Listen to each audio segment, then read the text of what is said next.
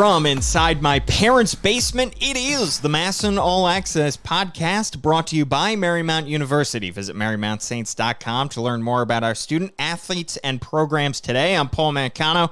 Got a great podcast for you today. A little bit later on, we're going to be talking to Jason Drumheller, who's an artist and graphic designer. He's designed much of the artwork around the concourse at Oriole Park at Camden Yards. Also going to play for you an interview I did with Felipe Alou Jr. back in Sarasota in February. Alou is the director of the Orioles Dominican Academy. But first, we got to continue with our 20 in 20s, highlighting 20 Orioles players in the system to keep your eye on in 2020 and beyond. And for that, I brought in MASNsports.com's Steve Melewski. Now we welcome in Steve Melewski of MASNsports.com, who joins us via Zoom, I'm guessing in between episodes of The Wire. So, Steve, thanks so much for taking your time out to join the MASN All Access podcast. Yes, but in between, and I added Sports Night to the mix, which is a great show from way back. I love it with Josh Charles. Yeah. Who's a big Oriole fan from Baltimore, and started rewatching that again. Yeah, I'm a big fan of that show, partly because Aaron Sorkin's a writer on that show. I'm a huge Aaron Sorkin guy. I've been watching West Wing. That show is awesome. That show was awesome. It's very realistic, too. I mean, they did a lot of background work on, you know, what it would be like doing SportsCenter or something like that. And the two anchors were really good. And I really liked it. They had some good storylines.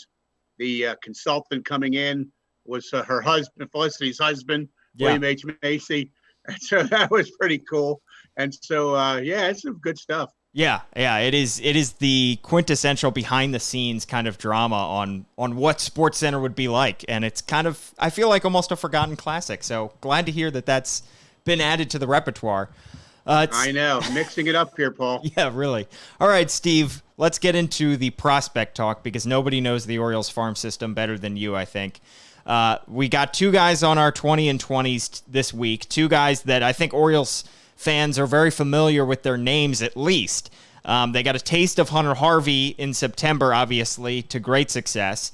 And Ryan McKenna, a guy that they've been hearing about for several years. He's been in that mix in terms of outfield prospects that is a very large group in the Orioles system with guys like Yusniel Diaz, Austin Hayes obviously coming up. But McKenna, it feels like ever since he was drafted out of high school in the fourth round out of New Hampshire years ago, has always been kind of in the mix, at least, of the Orioles' top 10, top 5 prospects. He's a well-rounded player. I mean, he brings almost all 5 tools, maybe not the power element, but I mean, he's a plus fielder. He's got a pretty good arm. He runs really well. He can steal some bases. He's kind of that prototypical center fielder, leadoff type, number 1 or 2 hitter. And so the Orioles clearly like Ryan McKenna because he added him to the 40-man. They don't do that to be nice or, it's not a participation award. You better be able to play. So, the one interesting thing is Ryan a couple of years ago in Frederick starts off hitting 370 about mid-year. I mean, it wasn't like a hot 2 weeks. He was rolling. Then he went to Bowie, fell all the way to 239. Then he went to the Arizona Fall League and hit 344. So at Bowie, last year, he had a real solid year, but again, the average was a little on the low side, 230-ish. But he scored a lot of runs. He had a lot of extra base hits. He was a catalyst at the top of the order, solid in center. And when you would ask Buck Britton to name some key guys from the year, he would definitely name Ryan. And so because his name is in the top 10 leaderboard, the Eastern League last year in several categories. So athletic, some skills, top of the order type. And so, now we're going to see when we get back to baseball, does he go to AAA?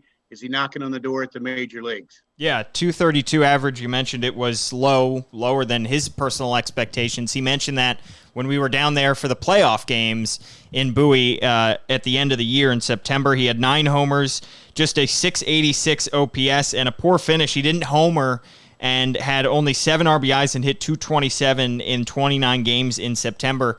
But he's very athletic, you mentioned, in center field, and he brings a bit of speed, which, look, the Orioles have not had, at least at the major league level, and definitely in the farm system, in forever, it feels like. So to see guys like McKenna, Adam Hall, at least show flashes of being able to steal bases at some point down the line, I feel like that could be a good thing as well.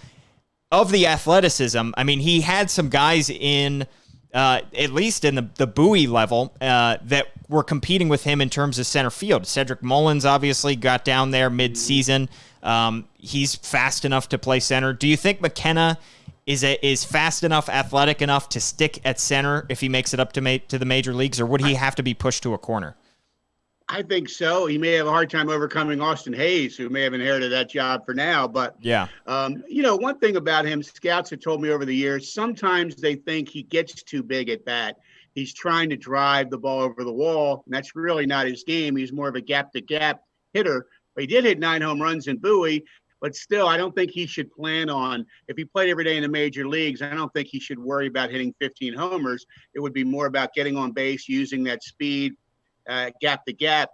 He might be a guy, Paul, down the road that profiles as a good fourth outfielder because he can play all three positions. He brings some speed, athleticism. He would be a good late inning guy, or a guy who's a double switch if it's a National League, something like that. But I'm sure he has higher visions than that, and the Orioles do too. I mean, you always start out with a prospect thinking, what's the high end here? Could he be my everyday center fielder?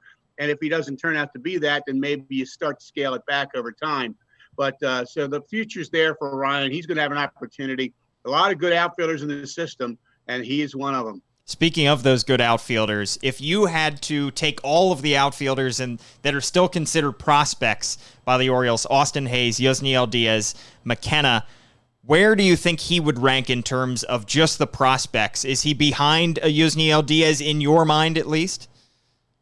I think so, because Yusniel brings a potential impact bat. I mean, he could be a third or fourth hitter if he tops out. Again, we're talking ceiling here. And when you talk prospects, you're aiming for the best they can be. So we don't know if Diaz will, but if he does, I mean, that's a good arm in right field too. He's a well-rounded player. And I mean, I think they could project him being a 25 homer guy, 80, 90 RBIs, play solid D. I mean, maybe kind of somewhat similar to what Santander can bring, although he's a switch hitter. Yusniel's a right-hander, who's probably, he and Mullins are probably in a similar mode with how maybe scouts would see them. Gotcha. All right, let's move on to Hunter Harvey, who, as mentioned, did get a taste of the major leagues. It's weird. Hunter Harvey did not pitch very well in the minor leagues. He pitched at Bowie and Norfolk, then got the call up to the majors, and boy, did he shine. 6 1/3 innings, gave up just 1 earned run.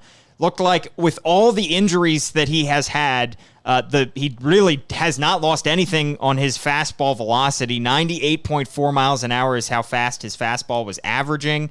This is a guy, obviously, Steve, you have covered for many years. It's crazy to think he was drafted 7 years ago, and it took him until 2019 to make his major league debut, but it was a great story that he did make his major league debut last year. It was a great story, and he had some great moments late last year, and all of a sudden you hear fans say he's the closer for the Orioles, and he's got like 6 major league innings under his belt. That happened fast. Yeah. But, Oriole fans, Paul, always envisioned Hunter pitching like he did when he got up to the big club late last year. And they just envisioned it as a starting role, because that's what he was drafted to be in the first round in 2013. But as we know, he had the Tommy John surgery in 2016.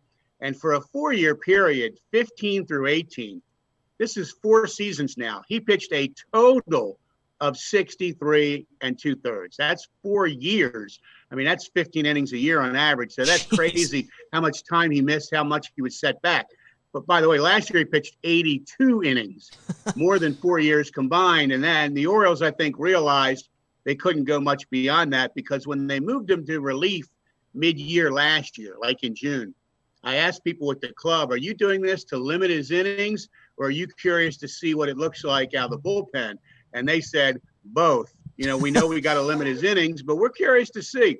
And then they found out his velocity ticked up. As you said, he's throwing 100 at times, averaging 98 something. He's striking out a lot of guys, and he's embracing it. He's loving it. He's like, wow, when I'm a starter, I have to think about setting up hitters, and can I go 7? And now I come in and I'm just in attack mode. And then he had it in common with his dad, of course, who's a great major league reliever at one point. So he took to it. The results were good. and he's a relief pitcher right now. Could that change down the road? Maybe. But I think if they play baseball next week, Paul, he'd be a key member of the Oriole bullpen. Yeah, he threw that fastball to great success and threw it a ton. 69% of the time he was throwing that fastball. He also had a curveball, which averaged in the mid-80s. He threw that just 15% of the time, and he added a split-finger fastball that was 90 miles an hour on average. It feels like that fastball, the fact that he doesn't have a huge repertoire of pitches, but has a blistering fastball as well as an off-speed to offset it, feels like that might favor him as well if he sticks in the bullpen, because as a starter, you need 4 pitches, maybe even sometimes 5, to get through a normal start. Whereas if he's coming out of the bullpen, whether it be as a closer or as a spot reliever, having fewer pitches almost is a benefit to him. The split change, the splitter, he threw some devastating splitters late last year. It just fell off the table at the plate. It was great to see. And if you take that at 90 with the 98-mile-an-hour fastball, that's a big difference for a hitter. You can elevate the fastball. You can bury the splitter. The splitter is a strikeout pitch, man. That's a 1-2 count. I'm putting you away with this. You're not even putting it in play. And, I mean, he did that at times. I remember he had that incredible game at Nats Park. Yeah. He pitched out of a bases-loaded jam in the late innings. And, oh, by the way, the Nats from that day forward pretty much would be nothing but a great late-inning team, including all the way to the world title. Yeah. And here this kid gets them out in the late innings in their home ballpark to win a game. It wasn't a big game for the Orioles because they're out of it. But I think it was a big game for Hunter against a really good lineup. And so he had a bit of a coming out party. It was only a handful of innings at the major league level, but it's not like he did something that shocked us, because all along people expected potential greatness from this kid. And so on top of that, he's got a great mullet. What's not to like about Hunter Harvey? Yeah, no, he was called Joe Exotic by Dwight Smith Jr. recently as well, so he fits that strange mold as well. That's going to stick. Yeah, but it does seem like he does. I mean, he's, as you mentioned, he's the son of a former major leaguer. It seems like he has the kind of cool, calm demeanor that is necessary, not only of a major leaguer, but of a reliever as well, because he's kind of got a slow heartbeat, it seems like, doesn't get phased too much. You've known him for a long time. Does that kind of fit Hunter Harvey's personality? Yep, it does. I remember interviewing this kid at Delmarva, Paul, and he was wise beyond his years. He was a year or two out of high school, and I was talking to him about the process. I know you don't want to get ahead of yourself, but do you want to be in Frederick? What about Bowie? Trying to think ahead. And he was kind of, he was just very calm about it. He was like, hey, there's a process here. There's things I got to learn here and develop and grow, and I got to use my time well here. And I just thought, man, this is an intelligent kid who's not that far out of high school, who's talking like a 10-year veteran. And that comes from being around his dad, I'm sure, and being around ballparks. He met Brandon Hyde when he was like 8, and Brandon was managing his brother, Chris Harvey, in the South Atlantic League in Greensboro. Really? That's the first time Hunter Harvey and Brandon Hyde met, when Brandon managed Hunter's brother, wow, who never made the majors. But it's another of his role models. Hunter told me when he was going through recovery from Tommy John, his dad and his brother were so critical to him in terms of encouraging him, supporting him. You're going to get through this, and it's a close-knit family. Awesome. Well, it was, honestly, at this point, considering how well he did in the major leagues, Orioles fans feels like those expectations are close to where they were several years ago, because now we've seen a taste of just how good he can be. But overall, I feel like it is just a win for him to get to this point. For him to just make his major league debut, considering all that he's been through and the amount of time he has spent in the Orioles system, for him to just get there, I think is an accomplishment unto itself. No doubt. And here was an elite high school talent. He was known across the country for his pitching talents when he was 16, 17, 18. You never had a health issue. You're on top of the world. Then you get into pro ball, and all of a sudden, that's all you're dealing with. Yeah. And remember, he had one year he got hit by a comebacker in spring training. It hurt his shin. Yeah. He had a hernia issue at one point. This kid had all kinds of things go wrong, and he always stayed upbeat, and his father wouldn't let him get down, or his brother. And he, it's hard, man. For 4 years, he pitched 60 innings. Yeah. I mean, you want to do that in a couple of months, right? Yeah. So, I mean, think about how much time he didn't play. And he get hit in the dugout at Bowie 1 year on the arm or something? I think something like that. I mean, he has had a ridiculous list of medical maladies over the years. And they're gone now, and knock on wood for him that's true forever, because the talent was never in doubt. It was always, for the last 2 years, if Hunter can stay healthy, he can be a key player for the Orioles. And we got a glimpse of it, so now the Orioles want a bigger glimpse. Yeah, exactly. I think he was almost one of those guys that Orioles fans started to expect that he was never going to come back, and so now to get him back was a joy, at least to see him make his major league debut. Steve, thanks so much. And go ahead. Beyond, I was going to just say one more thing, Paul. Beyond all the stuff we've talked about, this kid fits in so well with the team. Yeah. And I think, again, this goes back to his background with his dad. He walked into a major league clubhouse and he found the right tone. He believed he belonged, but he also was deferential to the veteran guys, the older guys, and they like to crack on him, and he'll crack back a little bit. But it's just like, you can just tell this kid found the right tone in that clubhouse. He belongs in there. He fits in beautifully. And then he starts throwing 100 in the eighth inning, so that's not bad either. Yeah, Harvey would have been one of the brighter spots at the Orioles Major League roster in 2020, and hopefully we still get to see him at some point this year come out of the Orioles bullpen. Steve, thanks so much. Now we welcome in Jason Drumheller on the MASN All Access podcast, who is a graphic designer and big-time Orioles fan. Jason, thanks so much for hopping on here.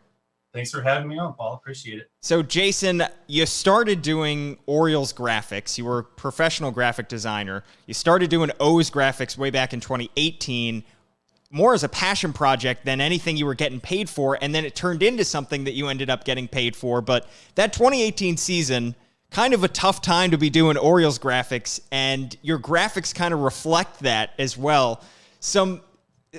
You could say snarky, but I think it comes off as frustrated fan. What kind of graphics did you produce during 2018 and that whole season, and the slow start that they got out to and the way that it kind of tumbled down? You were reflecting that in the graphics that you were creating on your social media platforms.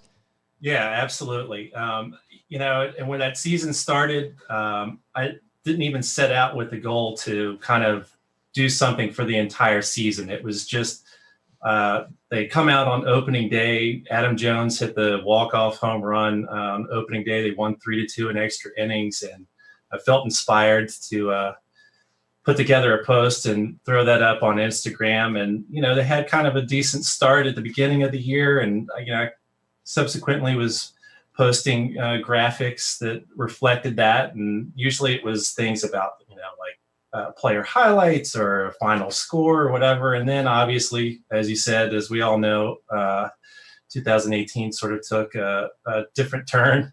And the graphics that I started to make also, I guess, kind of took a little bit of a turn.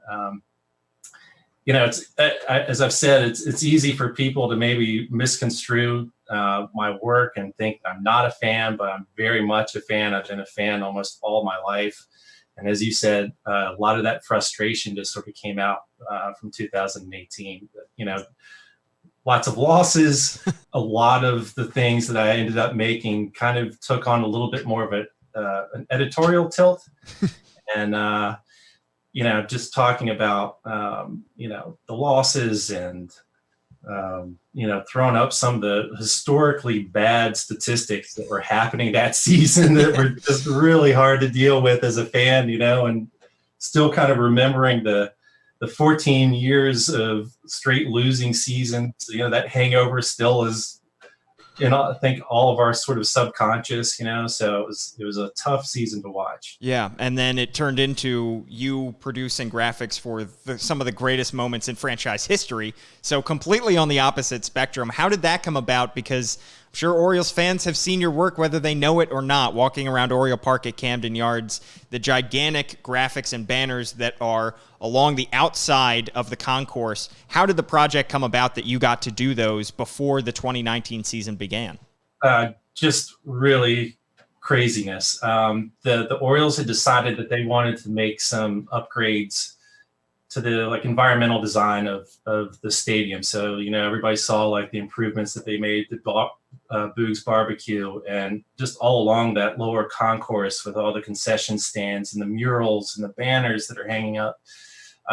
The Orioles hired an agency in Asheville, North Carolina, Project 13, to handle all of this work. And the creative director of Project 13 just happened to be on Instagram, looking around at Orioles work, and came across my work and was like, oh my gosh, this guy, we've got to get him involved. And his presentation deck to John Angelos and the team there at the Orioles, he had a slide or two of some of my work, and I was like, this guy works in Baltimore. He clearly loves the Orioles.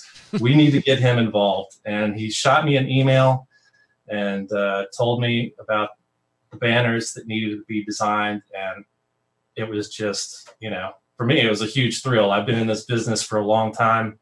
I still get excited about certain things, but that one for sure is at the top of my list for projects that I got to work on. So really happy that just kind of dumb luck, that he found my work and got me involved. And those graphics depict the 11, I believe, greatest moments in terms of Orioles franchise history. Were those moments that you picked? Were those moments that the Orioles picked? How did those get decided? Those were decided amongst the Orioles. We met with Bill Stetka, who is kind of the team historian there. And when I first met with him, he had a printout of probably 5 or 6 sheets filled each page with, great Oriole moments through history, and you're looking through all these. And at the time, I think it was going to be more than 11 banners. I think maybe we were talking about 13, 14, 15, and it was cut down to 11. But, you're looking at this list, and it was like, okay, well, you guys are going to have to really sit down and think hard about what it is that you guys want to throw up there. There were obvious ones like 21-31 and the World Series wins, moments like that we were going to have up there. So it was trying to have a nice range, the first game at Memorial Stadium, the last game at Memorial Stadium, the first game at Camden Yards.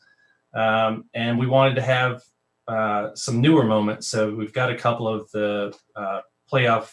Well, really, I guess they're both from 2014 when they won the division, and then the Delman Young double game against Detroit. Yeah, and there are even some like Mike Flanagan, the last pitcher at Memorial Stadium, the start of Oriole Magic. Do you have personal memories from some of these moments as well, being a Baltimore resident and an Orioles fan for almost 30 years now?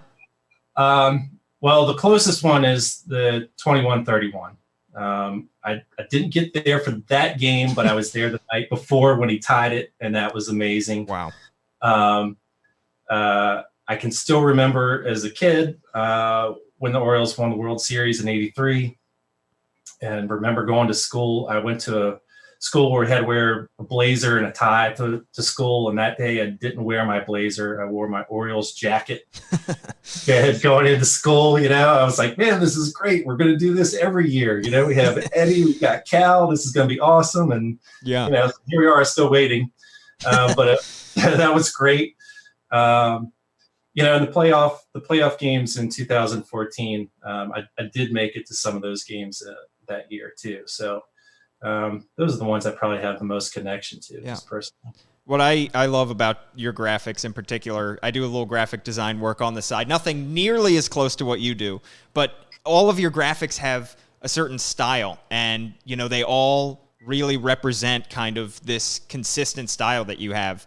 I know there are a lot of people out there that do graphic design, either amateur graphic design just on their own for fun or do it professionally, but I'm curious as to how you develop that style and how you really decided, all right, these are the certain elements that I want to hone in on and use consistently as you make these graphics.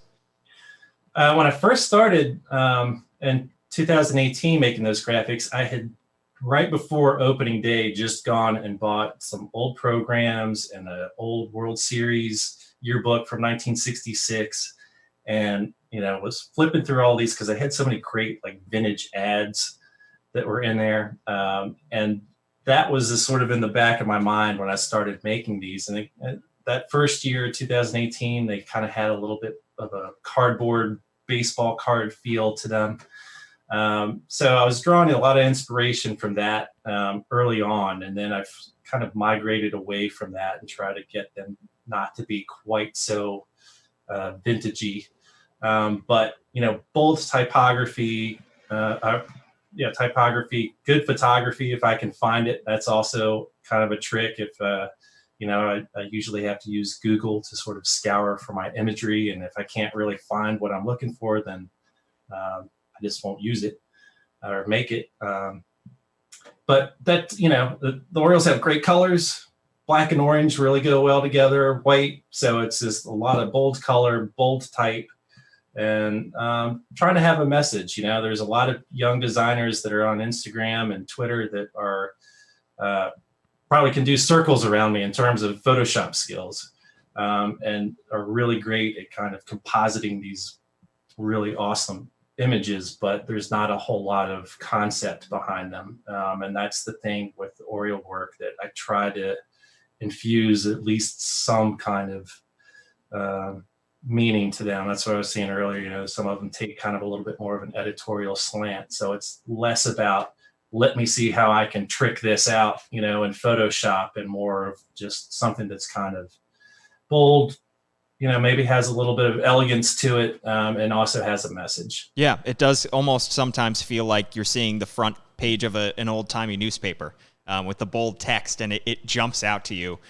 Yeah. Do you have a favorite one of the Orioles graphics that you've made? You've said it's kind of like choosing between your children, but is there one that sticks out to you, whether it be snarky or whether it be one that you did of the 11 great moments at in terms of at Camden Yards? Oh, well, in terms of the banners that are up in Camden Yards, I think the Magic banner with Doug DeSensei from -- is up there, and the Frank Robinson one, which actually I've got back here in the background here, where he hit a home run completely out of Memorial Stadium. Yeah, ridiculous. Yeah. So those are probably banner-wise. Those are a couple of my favorites for sure. And I, the posts, sure, there's some where they probably aren't the most positive ones. There's a couple.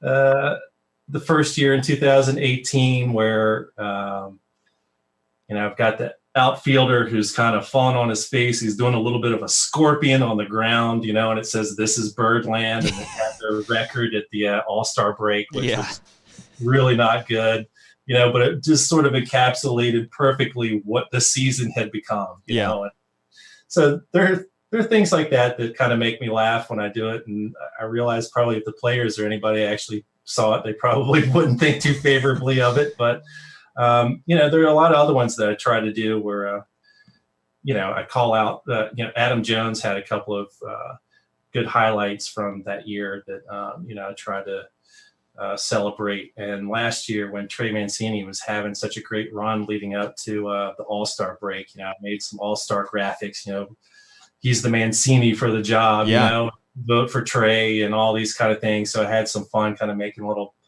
election buttons and graphics around that. So that was also kind of cool. Yeah, those were awesome. I think because I noticed in a few of them, you put them around Baltimore, graphically at least. You put some of them on the side of the warehouse. I had to do a double take to make sure that it wasn't actually printed and posted on the side of the warehouse. But I had people ask. Yeah, it did look like a true election campaign. And that was awesome. So as with all fans going through this right now, you're a Baltimore resident.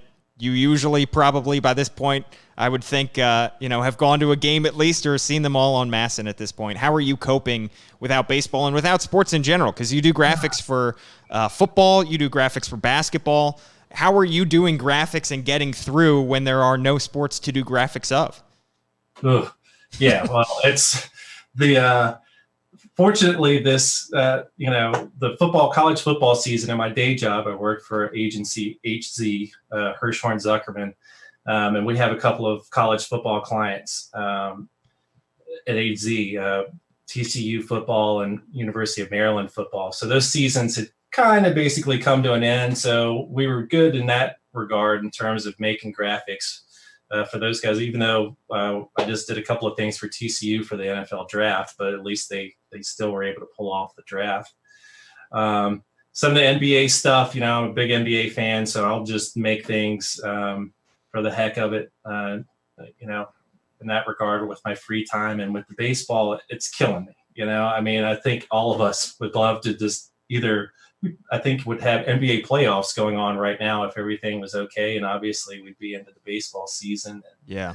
Some of these scenarios that I've heard about, playing all the games in Arizona. And now, the story coming out about these sort of regional divisions, where, we're going to be paired up with the Yankees and the Nationals and Red Sox, and all of us are just, one big happy division. I mean, that's going to be wild and crazy if they do something like that. Definitely caught a couple of the MASN replays. I was at the Cal statue game. Oh, wow. Back when that game took place, and they were just replaying that the other day. Yeah. On our social channels. That was probably one of the best games I've ever been to. So that was kind of fun to go back and reminisce with that. But yes, I would love to be able to get some actual game action going on. Everybody. Yeah, and the sooner we have baseball, the sooner you can do graphics with pictures and all that good stuff of actual stuff to do. I need some content. Yeah, exactly. Awesome. Well, where can we find you, your work on Instagram, on Twitter, on your website, all that good stuff? My website is jasondrumheller.com. On Instagram, you can find me at JSDrumheller. And on Twitter, you can find me at JDrumheller. Unfortunately, the JS was taken on Twitter and J Drumheller was taken on Instagram. So I have two different handles, just one letter apart. So awesome. Well, Jason, thanks so much for hopping on here. We'll get baseball back at some point, and we'll look at your graphics in the meantime. So I appreciate it. I appreciate it. Thanks for having me on. Back in Sarasota in February, I had a chance to catch up with Felipe Alou Jr., who's the director of the Orioles Dominican Academy. Here's that interview.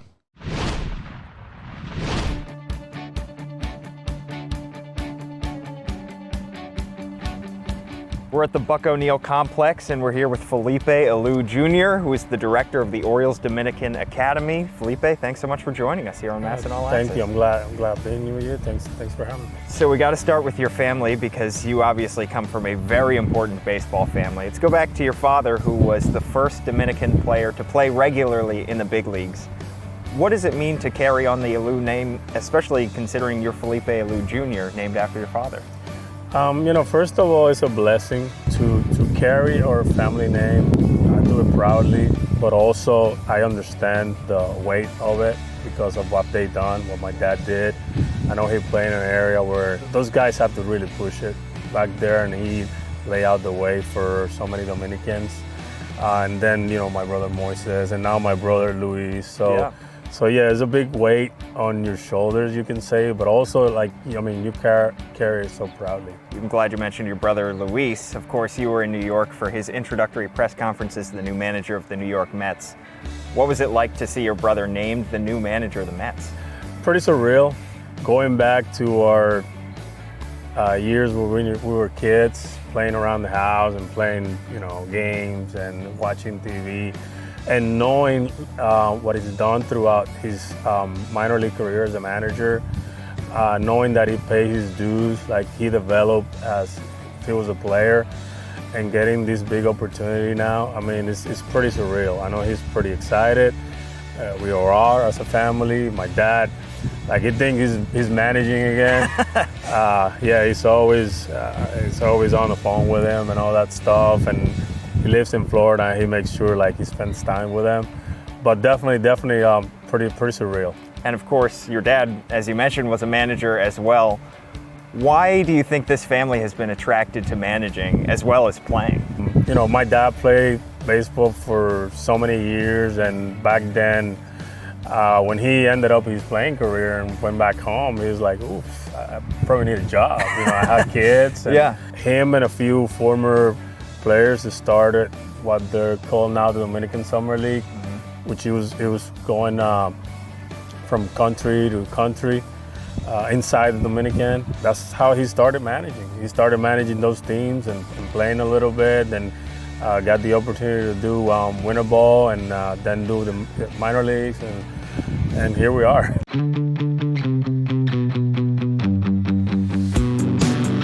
How important do you think it is to have that Dominican Summer League, which now has exploded? And of course, we're going to get into your work with the two Orioles teams, but the fact that there is a presence there and it is so strong now and it is connected with the major leagues, how important is the DSL?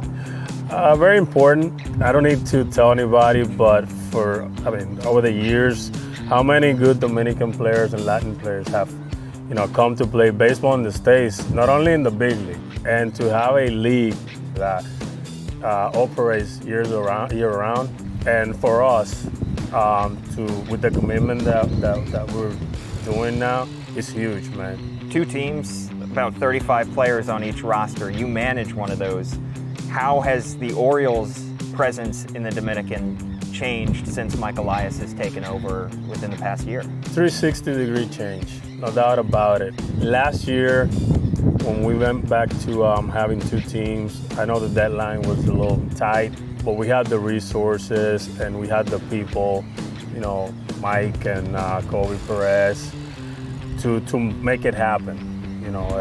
They did their job, per se, to bring in the best talent available at the time and put the best people to go get that talent, and it showed on the field. We fill up two teams in a short period of time with good young talent, a whole bunch of 16, 17, 18-year-old kids that I would say 20, 30, 40% of those kids are going to be here this summer, so which is a huge step forward in our organization.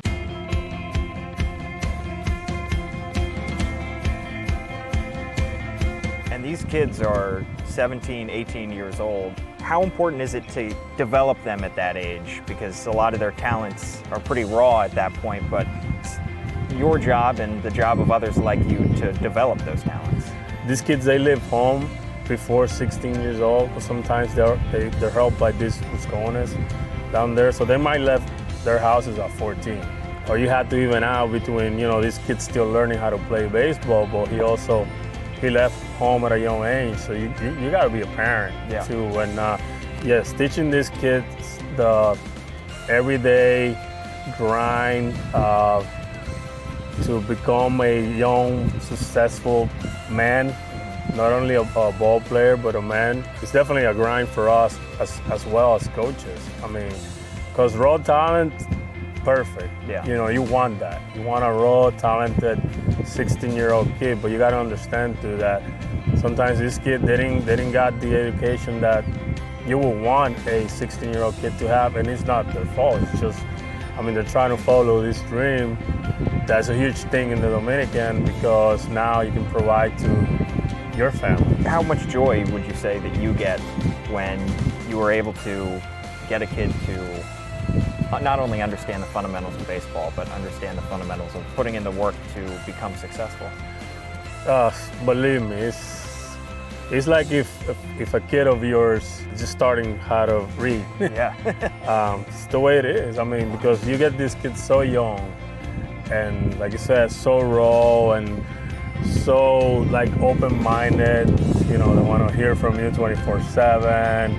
I want to be around you. They'll text you. I had kids text me at night during the summer last year. Hey, how you doing? Hey, I think I'm doing. Thank you for everything, which is pretty cool. You treat them like your own. That's the way it is. But being able to watch them grow and watch them, develop and watch them learn every step of the way is a feeling. Well, thank you so much for taking the time to stop by on an early morning here at Buck O'Neil Complex. We appreciate it. Thank you, guys. Beautiful morning. Felipe Alou Jr. joining us here on a beautiful morning here in Sarasota, Florida. So we got for the MASN All Access podcast today. We got episodes coming out every Wednesday. Be sure to rate, subscribe, review. You can catch the MASN All Access podcast on Spotify, SoundCloud, Apple Podcasts, Google Podcasts. Watch it on YouTube. Watch it on the MASN All Access Facebook page. Of course, it is brought to you by Marymount University. Visit MarymountSaints.com to learn more about our student athletes and programs today. I'm Paul Mancano. We'll see you later.